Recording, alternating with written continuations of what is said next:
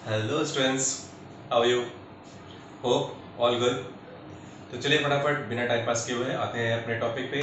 आज के लेक्चर में हम फिर से एक इंटरेस्टिंग चीज़ पढ़ने वाले हैं जो हमारे डेली रूटीन से रिलेटेड है, बट आई डोंट नो कि आपको उसका रीज़न पता होगा या नहीं होगा।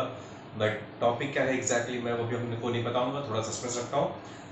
बट उस टॉपिक के पीछे की जो बहुत सारी डेली एक्टिविटीज़ हैं मैं वहाँ से स्टार्ट करना चाहूँगा। कुछ चीज़ें जो डेली रूटीन में हम बहुत आसानी से ऑब्जर्व करते हैं, बट क्या हमको उसका रीज़न पता होता है? देख से एग्जाम्पल्स बताता हूँ। कुछ इंसेक्ट्स ऐसे होते हैं जो पानी पे बड़ी आसानी से ट्रैवल कर सकते हैं, बैठ सकते हैं, चल सकते हैं, जब चाहे वहाँ से उड़ सकते हैं। फॉर एग्जाम्पल मॉस्किटो, स्पाइडर, ये सब कुछ ऐसे छोटे छोटे इंसेक्ट्स हैं जो पानी के ऊपर आसानी से चल सकते हैं, उसमें रह बैठ सकते हैं लंबे टाइम तक, जब चाहे वहाँ से फ्री होके उठ भी सकते हैं। बट हम वो नहीं कर सकते, सिंपल। तो ये एग्जांपल ले लिया। चलो पहला, क्या आपको रीज़न पता है ये? अगर पता है तो बहुत अच्छी बात है, और नहीं पता है तो फिर वीडियो देखते रहिए। पहला एग्जांपल मैंने दिया, insects can walk on water surface, that is liquid, कोई भी टाइप का लिक्विड है। दूसरा एग्जांपल पेंट ब्रश से रिलेटेड है। क्या कभी आपने ऑब्जर्व किया है केयरफुली कि जब आप एक पेंटिंग ब्रश को लिक्विड में डिप करते हो या किसी कलर्ड सॉल्यूशन में डिप करते हो तो उसके ब्रिसल्स के साथ क्या होता है? अगर आइडियली स्पीकिंग हम देखें तो आइडियल हमारा ब्रश का शेप कुछ ऐसा होता है, बट जैसे हम इसको किसी लिक्विड में, सपोज ये है लिक्विड का लेवल, अगर मैं इस पेंटिंग ब्रश को लिक्विड में डिप करूंगा तो ये तुरंत इसके ब्रिसल्स इस तरह से कुछ स्प्रेड हो जाते हैं। तो पेंटिंग ब्रश जो इतना अच्छा खूबसूरत दिख रहा था, जैसे ही मैंने इसको पानी में डिप किया या कलर सॉल्यूशन में डिप किया, ये स्प्रेड हो जाता है। फाइन। ये चीज क्यों होती है, कैसे होती है, आते हैं इस पे। To wash fabric we never use salty water. मतलब अगर मैं बात करूँ तो जैसे समुद्र के पानी की बात करते हैं, हम कपड़े धोने के लिए कभी समुद्र के पानी का इस्तेमाल नहीं करते, इजंट इट? कभी देखा है समुद्र किनारे धोबी घाट? नहीं ना, बिकॉज समुद्र का पानी कपड़े धोने के लिए अच्छा नहीं होता। पहला रीजन वो। सेकेंड थिंग, अगर चलो समुद्र पानी का जब कंपैरिजन करना हो तो समुद्र के पानी के बजाय नदी का पानी या फिर तालाब के पानी को प्रेफर करते हैं। ये चीजें होती हैं। To wash a fabric we always prefer sweet water, जिसको आप बोल सकते हो। बट अपार्ट फ्रॉम दैट सिर्फ पानी तो इनफ नहीं होता है ना। कपड़े धोने के लिए हम सोप, डिटर्जेंट का भी इस्तेमाल करते हैं। इन चीजों का भी इस्तेमाल किया जाता है। अगर सिर्फ पानी इनफ होता तो फिर इन चीजों की जरूरत ही नहीं पड़ती हमको। ये चीजों की, ये सब कैसे काम करती हैं, ठीक है। घर में अगर आपके कभी देखा होगा अपने, सपोज हमारे ट्रांसपोर्टर सिस्टम, मतलब वाटर सिस्टम में जो का बीएमसी का सप्लाई होता है या फिर कॉर्पोरेशन का सप्लाई जो आपके घर में आता है, अगर वहां पे उसका फोर्स कम हो तो पानी फर्स्ट फ्लोर पे भी नहीं चढ़ता। उसके लिए आपको मोटर की जरूरत पड़ती है, करेक्ट। वाटर पंप लगाना पड़ता है आपको, वाटर पंप के यूज करके पानी को हम ऊपर लेके आ सकते हैं, चाहे जितनी भी रिक्वायरमेंट हो हमारी। बट ये चीज कभी आपने ऑब्जर्व किया है प्लांट्स में?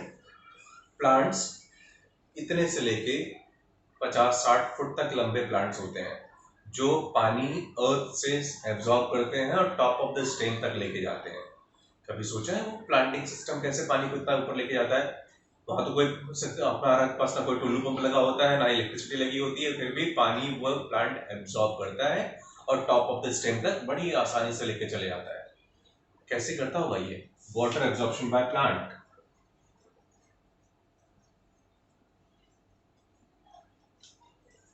ये कैसे आसानी से हो जाता है? हमारे घर में तो फर्स्ट फ्लोर तक पानी नहीं चढ़ता बिना मोटर पंप के। तो ये प्लांट्स 50-50 फीट ऊपर तक, 100-100 फीट ऊपर तक कैसे पानी को खींच के ले जा सकते हैं, वो भी विदाउट एनी पंपिंग सिस्टम? चलो कुछ और एग्जांपल की बात करते हैं। इसी पेन के एग्जांपल की बात कर लेते हैं। कभी आप जो पेन, राइटिंग पेन यूज करते हो, बॉल पेन हो, इंक पेन हो, जेल पेन हो, वट एवर इट इज, जो भी आप यूज करते हो कॉमन डेली रूटीन में, होता क्या है, जब मैं अगर पेन को इस तरह से करके लिख रहा हूं तो मेरी पेन बहुत स्मूथली चलती रहती है, लाइक दिस वे। बट कभी क्या आपने घर की सीलिंग पे लिखने का ट्राई किया? या एक नोटबुक को ऐसे रख लो and then start writing it. आप 1 2 3 4 5 लेटर लिखते लिखते तक आपकी पेन बंद हो जाएगी, कभी नहीं होगा ये। सो इंक मतलब रिफिल और writing with ink pen.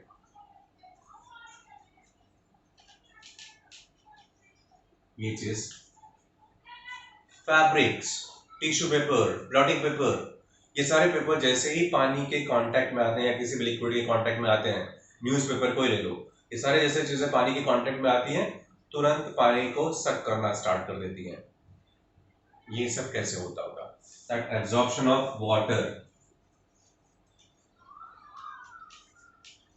Absorption of water by tissue paper. Simple एक एग्जांपल लिखता हूं। ये बहुत सारे ऐसे क्वेश्चंस हैं जो आप डे टू डे रूटीन में इनको ऑब्जर्व करते होंगे, like insects which can walk on surface of liquid, painting brush का शेप चेंज होना, वॉशिंग द फैब्रिक, तो उसके लिए हम कौन से पानी का यूज करते हैं? सॉल्टी वाटर का पानी यूज करते हैं या रिवर वाटर का यूज करते हैं, पॉन्ड के वाटर का यूज करते हैं, along with soaps and detergent की जरूरत पड़ती है। फिर ये water absorb by the plant without any pumping system, बिना किसी मोटर के पानी आसानी से ऊपर तक कैसे लेके जाते हैं। फिर ये writing with any ink pen or ball pen, whatever it is, then absorption of water by tissue paper। ये बहुत सारे ऐसे डेली एक्टिविटीज हैं जो हम बहुत आसानी से अपने डे टू डे लाइफ में बहुत इसलिए देख लेते हैं, बट कभी क्या हमने इसको सोचता कोशिश की समझने की कि एग्जैक्टली ये सारी चीजें कैसे होती होंगी? इन्हीं चीजों को मैं आपको एक्सप्लेन करने वाला हूँ आज के लेक्चर में। सो एंड तक वीडियो देखिए, अपने आप आपको समझ में आ जाएगा कि ये चीजें कैसे बड़ी आसानी से हमारे डेली रूटीन में काम करती हैं। सो आएंगे उस टॉपिक पे, बट सबसे पहले उस टॉपिक तक जाने के लिए आपको कुछ चीजों को समझना पड़ेगा। मैं वो छोटी छोटी चीजें समझाता हूँ, उसके बाद टेक्निकली मैं एग्जैक्टली उस कंटेंट पे आता हूँ। Okay fine, let's see.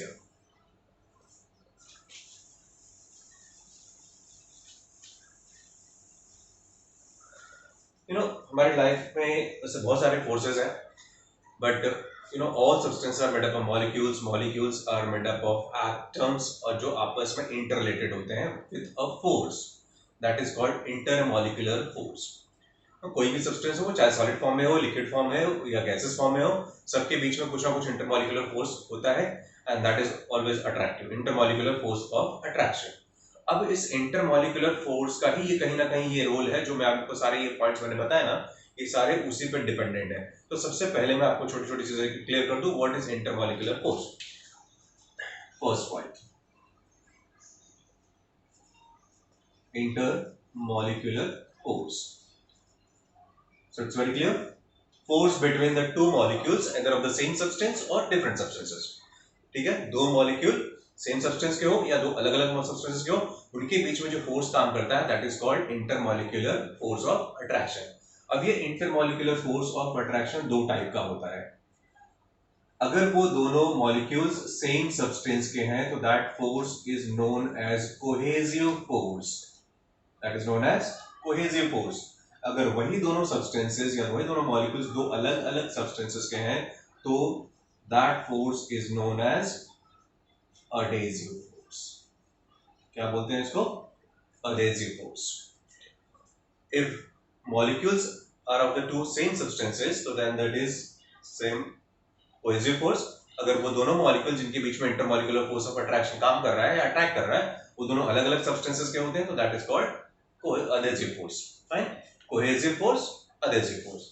remember that this cohesive force or adhesive force, it's a very short range force। so short range force जो बहुत ज्यादा डिस्टेंस तक काम नहीं करता है, it works up to 10⁻⁹ metre. मतलब अगर दो मॉलिक्यूल्स के बीच का जो सेपरेशन है वो 10⁻⁹ मीटर होना चाहिए, उससे ज्यादा नहीं। उतने कम डिस्टेंस तक भी ये काम करता है, उससे ज्यादा सेपरेशन हुआ तो दिस फोर्स वोंट वर्क। अभी जो 10⁻⁹ मीटर का जो डिस्टेंस होता है इसको हम बोलते हैं range of molecular attraction. This is called range of molecular attraction। Fine। क्या है ये range of molecular attraction? Minimum separation between, or sorry, the maximum separation between the two molecules up to which this intermolecular force of attraction is effective। Intermolecular force of attraction, what is this range of molecular attraction? Range of molecular attraction is the maximum distance between the two molecules up to which this force is effective, और ये value है 10⁻⁹ metre की। That's why it is known as a short range force, क्योंकि आप distance देख रहे हो 10⁻⁹ metre, it's a very small distance। so ये इंटरमॉलिक्यूलर सेपरेशन इससे ज्यादा हुआ तो दो मॉलिक्यूल्स के बीच में अट्रैक्शन नहीं होगा, वो चाहे सेम सब्सटेंस के हो चाहे डिफरेंट सब्सटेंसेस के हो। रेंज ऑफ मॉलिक्यूलर अट्रैक्शन हो गया क्लियर। अब एक टर्म आता है, सपोज अगर मैं एक मॉलिक्यूल को एक सेंटर कंसिडर करूं, मॉलिक्यूल को एज अ सेंटर कंसिडर कर लूं, और फिर उसका जो रेंज ऑफ मॉलिक्यूलर अट्रैक्शन है दैट इज 10⁻⁹ मीटर, उसको मैं रेडियस कंसिडर करके एक इमेजिनरी स्फीयर क्रिएट करूं this way. I am talking about the sphere not the circle. हाँ, इस मॉलिक्यूल को आपको सेंटर कंसिडर करना है और 10⁻⁹ मीटर का जो रेंज डिस्टेंस है which is range of molecular attraction, उसको इमेजिन करके एक इमेजिनरी स्फीयर क्रिएट करना है। तो इस स्फीयर की अब स्पेशलिटी क्या है? स्फीयर की प्रॉपर्टी ये है कि अगर मैं कोई भी सब्सटेंस जब तक इससे बाहर होगा, सपोज दूसरा मॉलिक्यूल, ये मॉलिक्यूल ए है और ये मॉलिक्यूल बी है, मॉलिक्यूल बी जब तक इस स्फीयर के बाहर होगा तब तक ये उस रेंज से बाहर होगा, रेंज ऑफ मॉलिक्यूलर अट्रैक्शन से। तो इन दोनों के बीच में कोई फोर्स ऑफ अट्रैक्शन या रिपल्शन काम नहीं करेगा। बट द मोमेंट ये मॉलिक्यूल इस स्फीयर के अंदर एंटर कर जाए तो वो फिर 10⁻⁹ मीटर का जो डिस्टेंस होता है मैक्सिमम लिमिट का, उसके अंदर आ जाएगा और फिर इन दोनों मॉलिक्यूल्स के बीच में फोर्स एग्जिस्ट करेगा। So this sphere has property कि अगर कोई भी मॉलिक्यूल इस स्फीयर के अंदर आता है तो that will be influenced by this molecule A, and hence this sphere is known as sphere of influence. क्या बोलते हैं इसको? Sphere of influence. So points को फिर से मैं एक बार अब सारे टर्म्स को क्लियर कर दूं, क्योंकि ये सारे टर्म्स भी रोल प्ले करने वाले हैं अगले टॉपिक पे। तो सबसे पहली चीज इंटरमॉलिक्यूलर फोर्स ऑफ अट्रैक्शन होता है। Basically intermolecular force of attraction, this intermolecular force of attraction is the force of attraction between the two molecules of same or different substances. Molecules अगर same substance के हैं तो that force is known as cohesive force. Molecules अगर दो different substances के हैं तो that force is known as adhesive force. Okay, and this phenomenon, cohesive force वाला जो activity है phenomenon, this is known as cohesion and this phenomenon is known as adhesion. ये word आपने कहीं देखा है? adhesive और adhesion शायद देखा होगा। आप कोई भी ऐसा मटेरियल लो मार्केट में जो ग्लू की तरह काम करता है, पेस्ट की तरह, जैसे फेविकोल, फेविक्विक, सबके ब्रांड नेम के नीचे लिखा होता है अडेसिव। अडेसिव का मतलब ये होता है कैसा सब्सटेंस दो अलग अलग सब्सटेंसेस को आपस में स्टिक करता हो, that is called adhesive force. So next time अगर नहीं देखा होगा तो नेक्स्ट टाइम जब भी आप फेविकोल, फेविक्विक परचेस करोगे तो देखना ब्रांड नेम के नीचे ये वर्ड लिखा होगा। Fine. Then, as you know, intermolecular force is a short range force. ये बहुत ज्यादा दूरी तक काम नहीं करता है। इसका जो मैक्सिमम लिमिट है रेंज दैट इज 10⁻⁹ मीटर, और उसी डिस्टेंस को हम बोलते हैं range of molecular attraction. So maximum distance between the two molecules up to which this force is effective. Then अगर मैं एक मॉलिक्यूल को सेंटर की तरह कंसीडर कर लूं और उसके चारों तरफ एक स्फीयर, इमेजिनरी स्फीयर ड्रॉ करूं with radius as range of molecular attraction, तो जो स्फीयर मुझे मिलेगा वो मिलेगा, उसको बोलते हैं स्फीयर ऑफ इन्फ्लुएंस। अब इसको स्फीयर ऑफ इन्फ्लुएंस की खासियत ये होती है कि अगर कोई भी मॉलिक्यूल इस स्फीयर के अंदर एंटर करेगा तो that will be influenced by molecule e, and hence it is known as sphere of influence. Fine. So ये सारे टर्म्स क्लियर है।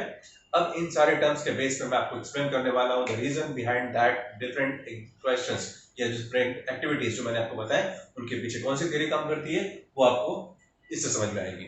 चलो, so this were the few terms, इनकी बार बार जरूरत पड़ेगी मुझे, सो अच्छी तरह से याद रखना ये टर्म्स क्या है। To understand that theory, suppose here is one container full of water up to this level. ठीक है, यहां पे मैंने वाटर फिल कर दिया है, ठीक है, बहुत अच्छी तरह से भरा हुआ है पानी। ओके, ट्रांसपेरेंट कंटेनर है, मैं साइड से इसमें देख भी रहा हूं। चलो, ओके, तो क्या करें अब, इसका कंटेनर तो हमने ले लिया full of water up to this level. तो पानी की जो सबसे ऊपरी लेयर होती है ना, जो हवा के कांटेक्ट में होती है, बाकी चारों साइड से तो तीन साइड से तो यहाँ से साइड से कंटेनर होगा, यहाँ भी कंटेनर, बट इसका ऊपरी लेयर फ्री है। जो लेयर फ्री होती है ना, that layer is known as free membrane. उस लेयर को बोलते हैं फ्री मेम्ब्रेन। फाइन। सो ये जो टॉप लाइन दिख रही है आपको, that is free membrane. From this free membrane मैं एक इमेजिनरी डिस्टेंस मेजर करता हूं 10⁻⁹ मीटर का। क्या है ये 10⁻⁹ metre? This is range of molecular attraction. वैसे तो इतना छोटा डिस्टेंस है कि हम उसको मेजर नहीं कर सकते, बट क्योंकि मैं ये मॉलिक्यूलर लेवल पे आपको एक्सप्लेन कर रहा हूं तो आप इमेजिन कर सकते हो कि 10⁻⁹ मीटर का डिस्टेंस हमने मेजर कर लिया। यहां से मैंने जितना भी डिस्टेंस था उसके अकॉर्डिंगली एक पैरेलल लाइन खींच दी। अब यहाँ पे एक बैंड जैसा स्ट्रक्चर आपको मिल रहा है, फिल्म जैसा स्ट्रक्चर। इस फिल्म को हम नाम दे देते हैं surface film. This is called surface film. Fine. So top layer free membrane से नीचे 10⁻⁹ मीटर का डिस्टेंस लेके मैंने एक इमेजिनरी लाइन ड्रॉ कर दी है, and that imaginary line makes a band like structure which is called surface film. अब इस पूरे कंटेनर में, मतलब पूरे पानी का जो भी लेवल है, उसमें मैं 3 लोकेशंस को चूज करने वाला हूं, 3 अलग अलग location. That's it. Somewhere here एक मॉलिक्यूल मैंने यहाँ पे चूज किया, मॉलिक्यूल ए। दूसरा मॉलिक्यूल होगा somewhere here, molecule B, and the third one over here, molecule C. Molecule A, molecule B, molecule C, ये तीनों पानी के मॉलिक्यूल्स हैं, वाटर मॉलिक्यूल्स, तीनों बट अलग अलग लोकेशन पे। पहला वाला जो मॉलिक्यूल है वो आपका सरफेस फिल्म से भी नीचे है, very well dipped inside the liquid. दूसरा जो है वो सरफेस फिल्म के बीचों बीच है, और तीसरा सरफेस फिल्म के टॉप पे है। करना क्या है इनका, देखते हैं क्या करना है। अब मैं क्या करने वाला हूँ, इन तीनों मॉलिक्यूल्स का स्फीयर ऑफ इन्फ्लुएंस ड्रॉ करूंगा। स्फीयर ऑफ इन्फ्लुएंस कैसे ड्रॉ करते हैं, टेकिंग 10⁻⁹ मीटर का डिस्टेंस एक स्फीयर ऑफ इन्फ्लुएंस ड्रॉ करेंगे हम। तो ये कुछ ऐसा बना इसका स्फीयर ऑफ इन्फ्लुएंस। क्लियर, ये डिस्टेंस इतना ही होगा, इतना रेडियस लेके मैंने स्फीयर ऑफ इन्फ्लुएंस क्रिएट किया। उसी तरह से मॉलिक्यूल बी का भी अगर मुझे स्फीयर ऑफ इन्फ्लुएंस क्रिएट करना हो तो कुछ ऐसा आएगा मॉलिक्यूल बी का। थर्ड इज मॉलिक्यूल सी, इसका भी स्फीयर ऑफ इन्फ्लुएंस आप क्रिएट करोगे तो कुछ ऐसा आएगा। अभी आपके पास मॉलिक्यूल ए, मॉलिक्यूल बी और ये आपका मॉलिक्यूल सी, 3 अलग अलग मॉलिक्यूल्स हैं और तीनों अलग अलग लोकेशंस पे हैं। मैंने तीनों के स्फीयर ऑफ इन्फ्लुएंस ड्रॉ कर दिए वन बाय वन। अब देखते हैं कि इन तीनों मॉलिक्यूल्स पे कौन कौन से फोर्सेस एक्ट कर रहे हैं और वो भी किस डायरेक्शन में, वन बाय वन। सबसे पहले मैं मॉलिक्यूल ए को सिलेक्ट करता हूँ। मॉलिक्यूल ए को अगर आप देखोगे तो इसका जो स्फीयर ऑफ इन्फ्लुएंस है that is very well deep inside the liquid, मतलब चारों तरफ से ये पानी से ही गिरा हुआ है। मॉलिक्यूल ए की बात कर रहा हूँ। तो इस पे जो फोर्सेस होंगे वो कौन से होंगे, नो डाउट इंटरमॉलिक्यूलर फोर्स तो रहेगा, बट चारों तरफ से ये पानी पानी पानी पानी पानी पानी से पानी में डूब मरने वाला है, ये पानी से गिरा हुआ है। तो इसके ऊपर सिर्फ एक और एक ही टाइप का फोर्स एक्ट होगा, और वो कौन सा होगा, cohesive force. Intermolecular attraction 2 type के होते हैं फोर्सेस, कोहेसिव और अधेसिव। क्योंकि चारों साइड से ये वाटर मॉलिक्यूल से गिरा हुआ है तो वाटर टू वाटर का ही फोर्स होगा। So it is very well experiencing a force which is known as cohesive force. ठीक है, चारों तरफ से सिर्फ कोहेसिव फोर्स होगा, क्योंकि ये वाटर मॉलिक्यूल इसको फोर्स एक्सर्ट करेगा, ये इसके ऊपर एक्सर्ट करेगा, ये भी इसके ऊपर फोर्स एक्सर्ट करेगा, ये भी इसके ऊपर अट्रैक्ट करेगा, this will also try to attract. तो सारे चारों तरफ से कोहेसिव फोर्स एक्ट होगा। तो बट अगर इन सारे मॉलिक्यूल्स का मैं नेट निकालूं तो कितना होगा, नेट फोर्स देखो कैसे होगा। मान लो फॉर एग्जांपल इस मॉलिक्यूल पे एक फोर्स यहां से आ रहा है, ये अपनी तरफ अट्रैक्ट करने जा रहा है इसको, लाइक दिस वे। तो एट द सेम टाइम ठीक उसी के अपोजिट साइड में दूसरा मॉलिक्यूल होगा, वो भी तो इसको अपनी तरफ अट्रैक्ट करेगा।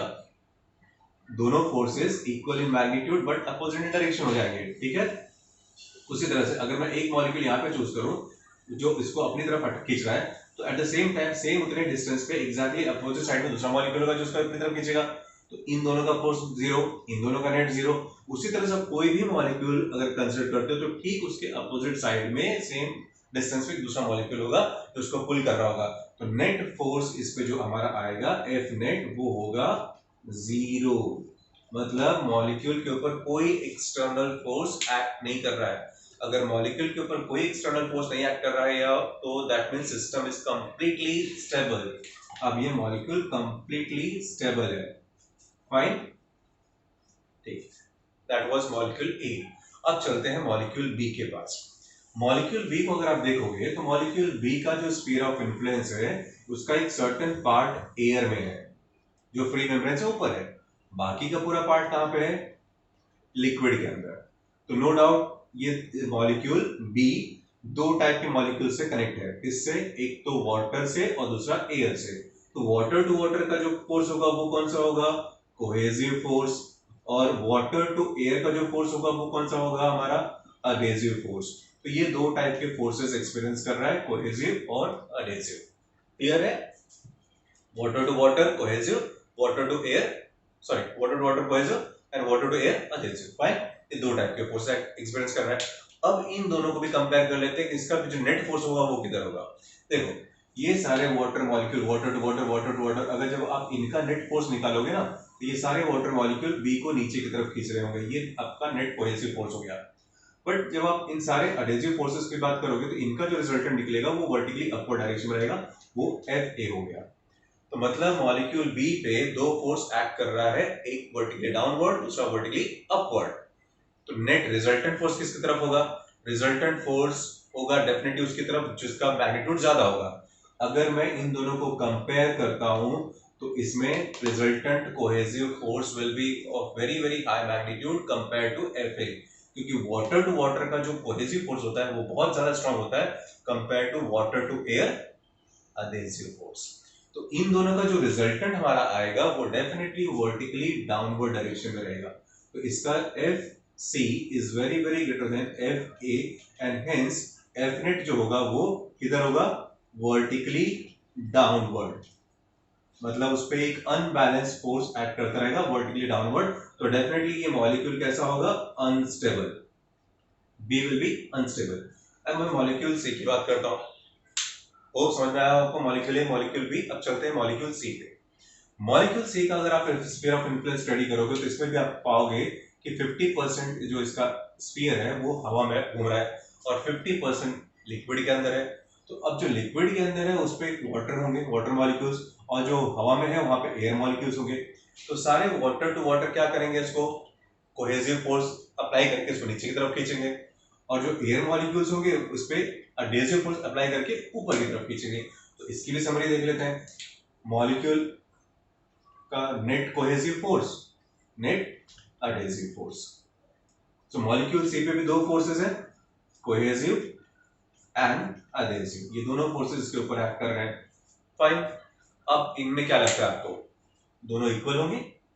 एरिया तो इक्वल दिख रहा है हमको, जितना एरिया इसका है वाटर का उतना ही एरिया एयर का भी है। But remember that density wise water density में ज्यादा होता है और एयर का डेंसिटी कम होता है, इसलिए इवन दो areas are same, number of molecules will differ. Number of molecules water के ज्यादा होंगे, एयर के कम होंगे। उसके अलावा फिर से मैं बता दूं, वाटर टू वाटर का cohesive force will be very strong compare to water to air. तो एज अ रिजल्ट समरी क्या निकलेगी?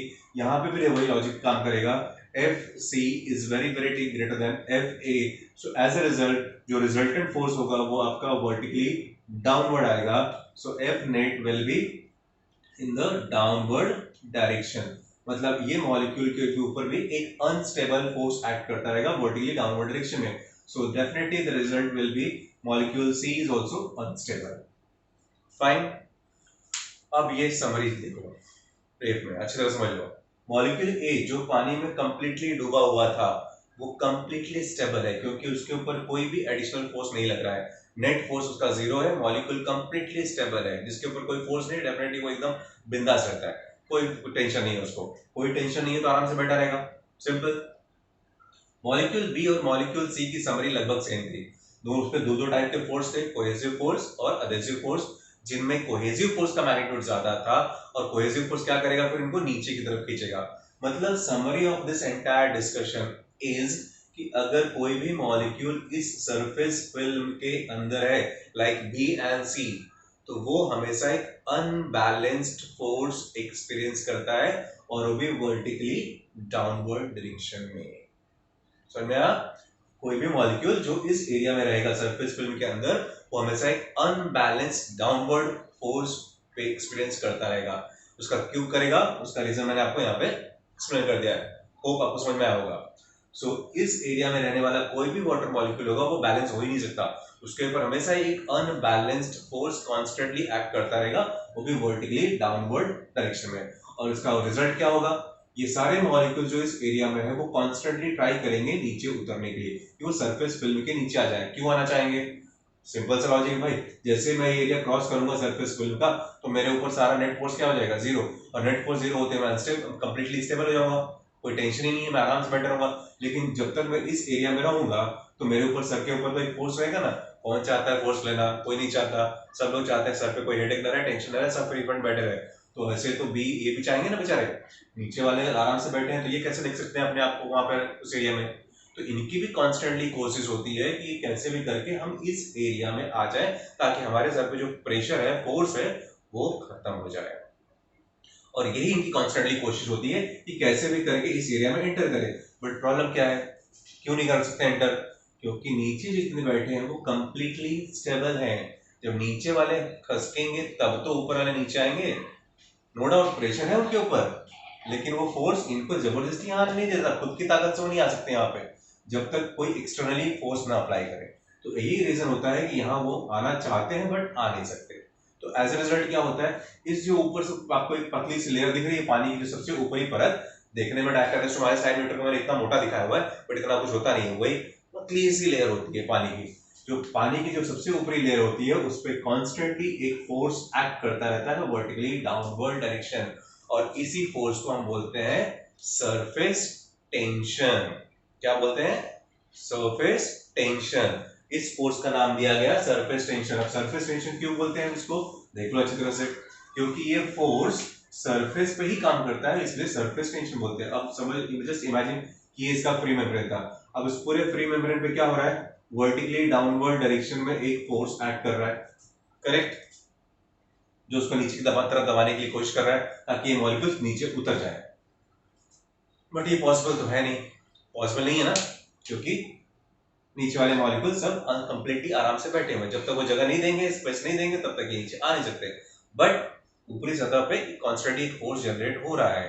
अब इस फोर्स की वजह से क्या होता है, देखो अभी फोर्स कैसे अफेक्ट करता है पूरे सिस्टम को।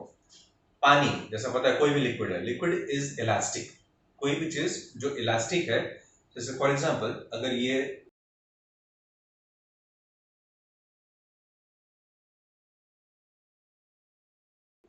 एक रबर बैंड लिया मैंने यहाँ पे रख दिया, ठीक है, 2 अंडे पे टाई कर दिया मैंने इसको, अब मैं यहाँ पे बीच से इसको किसी तरह से पुश करूँ, तो जब पुश करूंगा तो ये ऐसा बेंड होगा, इस तरह से बेंड होगा, जब मैं फोर्स लगाते जाऊंगा ऊपर से, तो जब मेरा फोर्स ऊपर से नीचे की तरफ दबाएगा तो ये जो लेयर है जो नॉर्मल थी वो कैसी हो जाएगी, स्ट्रेच होगी, इजंट इट। जब मैं ऊपर से फोर्स अप्लाई करूंगा तो अगर ये रबर की लेयर है, इलास्टिक लेयर है, तो डेफिनेटली ये खींचेगी, इट विल स्ट्रेच। यही रीजन है, और होता भी रियल प्रैक्टिस में ऐसा ही होता है कि जब पानी का जो ऊपरी लेयर है ना, उस पर हमेशा एक अनबैलेंस्ड फोर्स एक्ट करता रहता है, जिसकी वजह से जो पानी के ऊपरी लेयर है वो हमेशा एक स्ट्रेच्ड इलास्टिक मेम्ब्रेन की तरह काम करती है। किसकी तरह? एक स्ट्रेच्ड इलास्टिक मेम्ब्रेन की तरह काम करती है। और एज यू नो, हर स्ट्रेच्ड इलास्टिक मेम्ब्रेन का नेचुरल टेंडेंसी कैसा होता है। फॉर एग्जांपल अगर मैं ये रबर बैंड है, मैं इसको खींचूं लंबा, तो मैंने तो खींच लिया, लेकिन उसकी खुद की टेंडेंसी क्या होगी, और स्ट्रेच होने की, तो चाहेगा कॉन्ट्रैक्ट होने की, और जब कॉन्ट्रैक्ट होगा तो क्या करेगा, वो मिनिमम सरफेस एरिया ऑक्यूपाई करेगा। मैंने तो खींच दिया, उसको लंबा कर दिया, सिंपल ना, मैंने इसको खींच के लंबा किया हुआ है, स्ट्रेच किया हुआ है, लेकिन इसकी खुद की टेंडेंसी क्या रहती है, कॉन्ट्रैक्ट होने की, सो दैट ये कम से कम सरफेस एरिया ऑक्यूपाई कर पाए। और यही सेम बिहेवियर होता है किसी भी लिक्विड के फ्री मेम्ब्रेन का। Free membrane of any liquid always behaves like a stretched elastic membrane, and it always tries to occupy the least surface area, और यही है वो प्रॉपर्टी जिसको हम बोलते हैं सरफेस टेंशन।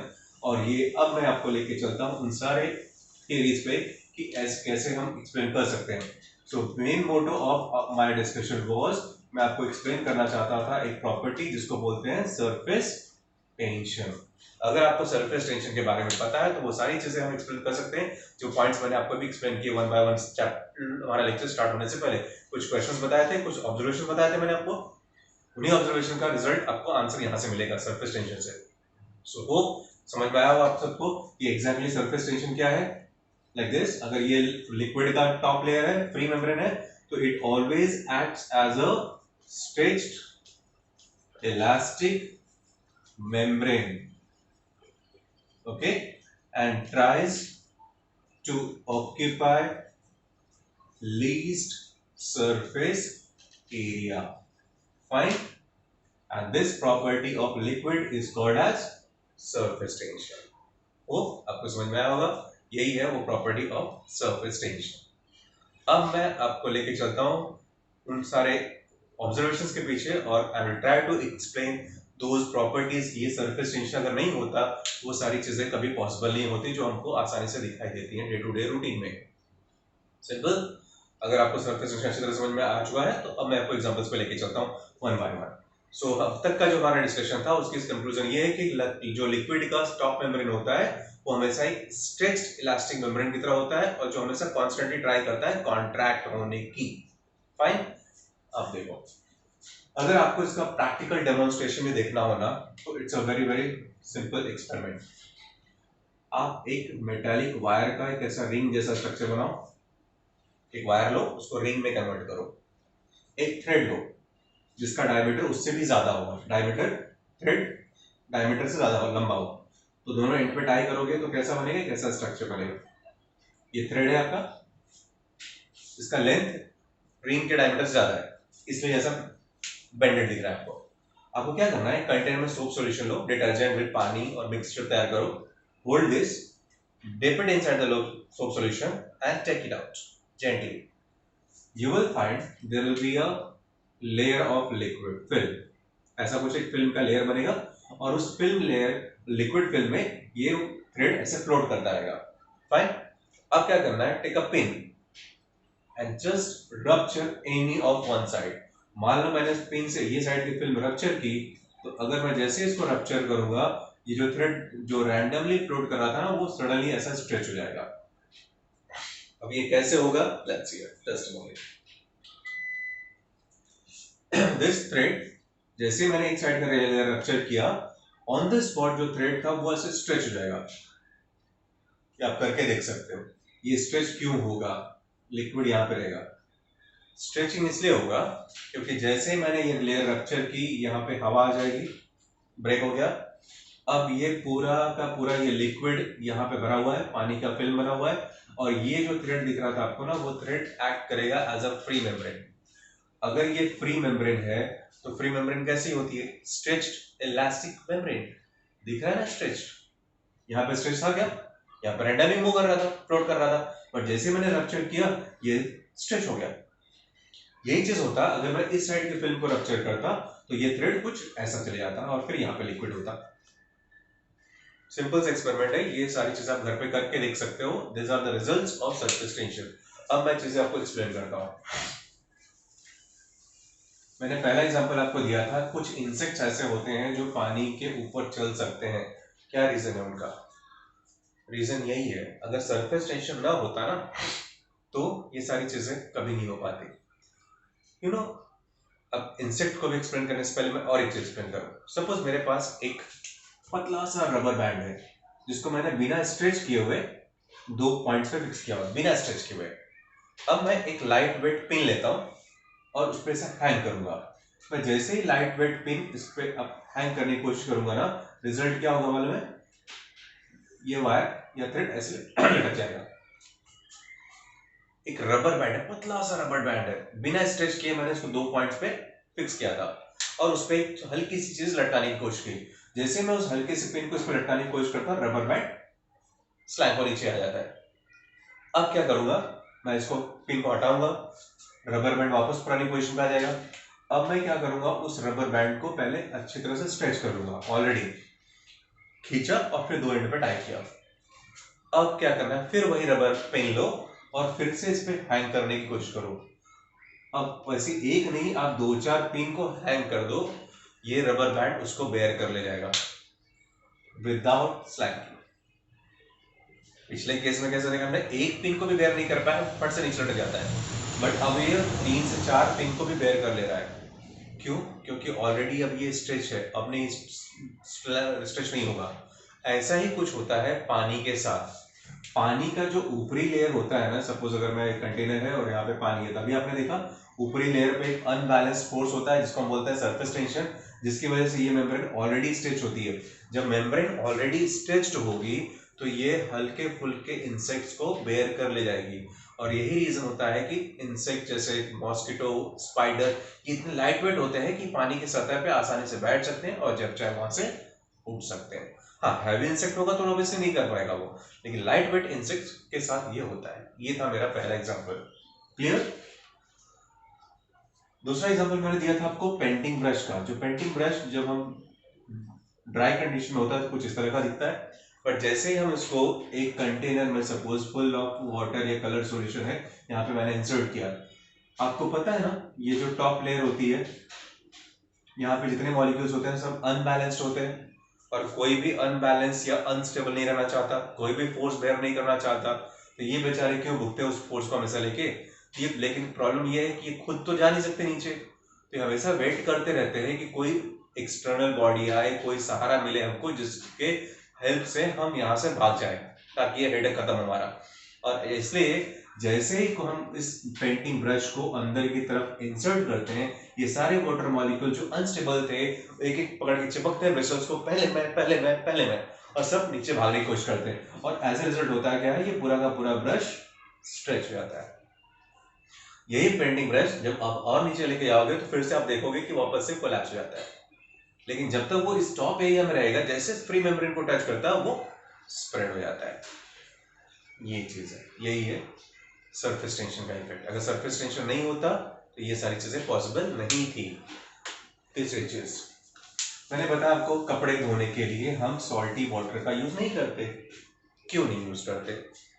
चलो, पॉन्ड के रिवर वाटर का यूज करते हो, that is called sweet water. Soaps और डिटर्जेंट यूज करते हैं। क्यों करते हैं बताता हूं। मान लो ये फैब्रिक है, this is the knitting of the fabric. जब हम कोई हमारे फैब्रिक के कांटेक्ट में जैसे ऑयल है, डस्ट है, सारी चीजें आती हैं, तो वो जाके वो यहाँ पे सेटल हो जाती है इस एरियाज में, ठीक है। इस तरह से वो जाके बैठ जाएंगे। ऑयल, बॉडी का स्वेट है, वो सारी चीजें, बॉडी स्वेट हो गया या ऑयल हो गया, इनका सरफेस टेंशन बहुत ज्यादा होता है। अब जब सरफेस टेंशन ज्यादा होता है तो क्या करती है, इस निटिंग एरिया में, रेक्टेंगुलर एरिया जो दिख रहा है आपको, स्क्वायर एरिया, वो जाके अपना एक थिन फिल्म बना के बैठ जाते हैं वहां पे, अपना स्ट्रेच होके फिट हो जाते हैं। तो अगर आपको इनको बाहर निकालना है तो आपको एक ऐसे लिक्विड की जरूरत होती है जो जाके इस लेयर्स को रप्चर करे, और उसका खुद का सरफेस टेंशन इसके सरफेस टेंशन से कम होना चाहिए। Getting it? अगर आपको कपड़ा धोना है तो आपके पास एक ऐसा लिक्विड होना चाहिए जिसका सरफेस टेंशन कम से कम हो, ताकि वो अंदर जाके खुद का अपना एक लेयर ना बैठा के बैठ जाए, ठीक है। तो अब ऐसे ऑयल के लेयर को निकालने के लिए आपको एक लो सरफेस टेंशन लिक्विड चाहिए। और अगर आप सॉल्टी वाटर का सरफेस टेंशन देखोगे और कंपेयर टू स्वीट वाटर, यानी समुद्र के पानी का सरफेस टेंशन काफी ज्यादा होता है कंपेयर टू रिवर वाटर। तो समुद्र का पानी अगर मैं यूज करूँ ना, तो वो जाके क्या करेगा, वो भी इसके ऊपर अपनी एक लेयर बैठा के, इसको साफ करने की बजाय अपना एक लेयर बना के बैठ जाएगा। तो इसलिए हम रिवर वाटर का यूज करते हैं। तो रिवर वाटर का सरफेस टेंशन कम होता है और वो आसानी से इसके अंदर इसको रप्चर करता हुआ लेके बाहर आ जाता है। बट अगेन रिमेंबर, वो इतना भी कम नहीं होता है कि सिर्फ पानी से हम कपड़े को धो ले आसानी से, ठीक है। इतना भी कम नहीं होता है कि वो पूरे के पूरे डस्ट पार्टिकल्स को, ऑयल को, सबको बाहर खींच के लेके आए। तो ऐसे में हमको जरूरत पड़ती है सोप्स और डिटर्जेंट की। सोप्स और डिटर्जेंट क्या करते हैं, जब हम पानी में सोप और डिटर्जेंट मिलाते हैं तो पानी के सरफेस टेंशन को और कम करता है, और सरफेस टेंशन जैसे जैसे कम होता है, पानी का फ्लो बहुत आसानी से माइक्रोस्कोपिक पोर्स के अंदर तक जाता है और इन डस्ट पार्टिकल को खींच के बाहर लेके आता है। तो इन शॉर्ट, सरफेस टेंशन का रोल क्या है, सोप्स और डिटर्जेंट का रोल क्या है? सोप्स और डिटर्जेंट का रोल है पानी के सरफेस टेंशन के लेवल को और कम करना। इसलिए हम सिर्फ स्वीट वाटर नहीं, सोप और डिटर्जेंट यूज करते हैं। कभी आपने देखा होगा घर में बहुत ऑयली पार्टिकल लगा हुआ है, कुछ नहीं है, नहीं साफ, सोप और डिटर्जेंट के साथ भी नहीं साफ हो रहा है, तो घर में मम्मी क्या करती है, गर्म पानी लेती है, उसमें डिटर्जेंट मिक्स करती है, कपड़े को भिगा कर रख देती है कुछ टाइम तक के लिए। मतलब सॉल्टी वाटर जब रिवर वाटर मिला, रिवर वाटर में भी हमने सोप डिटर्जेंट ऐड किया, वो भी जब इनफ नहीं होता है तो हम गर्म पानी यूज करते हैं। गर्म पानी क्यों यूज करते हैं? गर्म पानी क्या करता होगा? गर्म पानी सरफेस टेंशन को और नीचे लेके जाता है। मतलब इनडायरेक्टली जब हम टेम्परेचर ऑफ लिक्विड को बढ़ा देते हैं तो सरफेस टेंशन और नीचे की तरफ चला जाता है, और इससे कपड़ा बहुत आसानी से वॉश हो जाता है। सिंपल। तो मार्केट में बहुत सारे डिटर्जेंट्स हैं, कोई सस्ता कोई कम महंगा क्यों मिलता है? जो सस्ता होता है वो पानी के सरफेस टेंशन को बहुत कम लेवल तक नीचे ले जा पाता है, लेकिन जो महंगे डिटर्जेंट होते हैं, जो अच्छे क्वालिटी के डिटर्जेंट होते हैं, वो सरफेस टेंशन को बहुत नीचे तक लेके जाते हैं। इसीलिए वही पानी यूज करके हम कपड़े को आसानी से धो सकते हैं। सिंपल। तो ऐसे बहुत सारे लाइव एग्जांपल्स हैं जिनको हम एक्सप्लेन कर सकते हैं with the help of surface tension. अगर सरफेस टेंशन आपको पता है तो ये सारी चीजें बहुत आसानी से एक्सप्लेन कर सकते हैं। वैसे एग्जांपल्स की बहुत कमी नहीं है, बहुत सारे एग्जांपल्स हैं, बट सारे एग्जांपल्स मैं एक लेक्चर में एक्सप्लेन नहीं कर सकता हूँ। बाकी के एग्जांपल्स अगर आपको देखने होंगे तो आप नेक्स्ट आगे के वीडियोस देखते रहिए, अपने आप आपको समझ में आ जाएगा कि ये सारी एक्टिविटीज सरफेस टेंशन से कैसे होती है। होप ये वीडियो मैं आपको सरफेस टेंशन का एटलीस्ट कंसेप्ट क्लियर हो गया होगा कि एग्जैक्टली सरफेस टेंशन क्या है और वो कैसे वर्क करता है। फाइन, सो एंड करते हैं इस वीडियो का यहीं पे। सो वीडियोस देखते रहिए और पढ़ते रहिए। Okay, thank you, bye bye.